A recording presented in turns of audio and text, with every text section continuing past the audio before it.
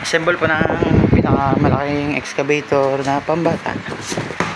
Bali nabuksan ko na siya, chinek ko dun sa supplier, then okay na rin, kompleto na rin mga parts na to.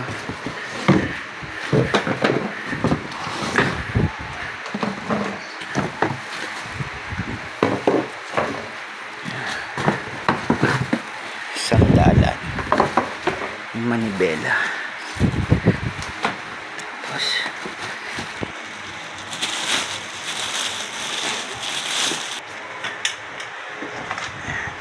sa gulong na tapos sa likod na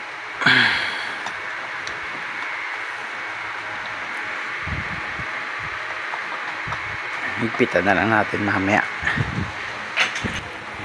Sa kaliwang gulong naman,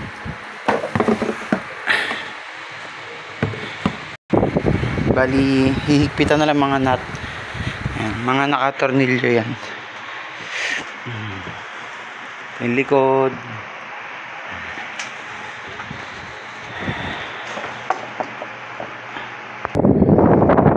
bali meron ditong wire, then ito yung pinakalock nya. Yung manibela po yan, ganun din. Ayan. Bali dun sa unahan ay isang wire lang, dito po ay dalawa. Gawa ng control nya naman dito, control tsaka yung sa music nya, busina. Ayan. Madali lang naman yan, sok-sok lang naman lahat yan. Yan, sinuksok lang din to, wala nang tornilyo, didiin lang ganun, maglalak na siya.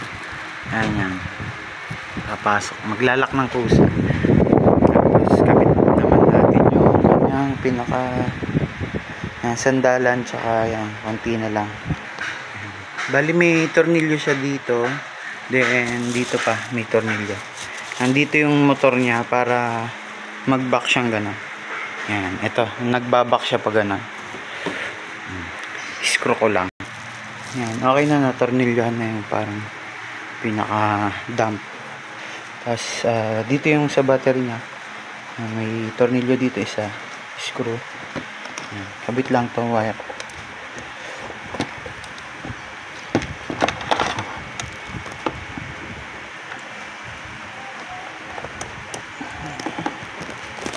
Tapos lock na lang uli.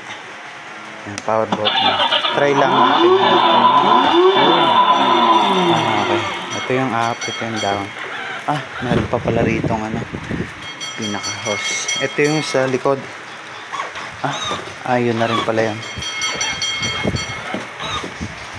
Sa unahan to lahat yung nandito. Tapos itong sa likod ay ito. Yun. Tapos atras.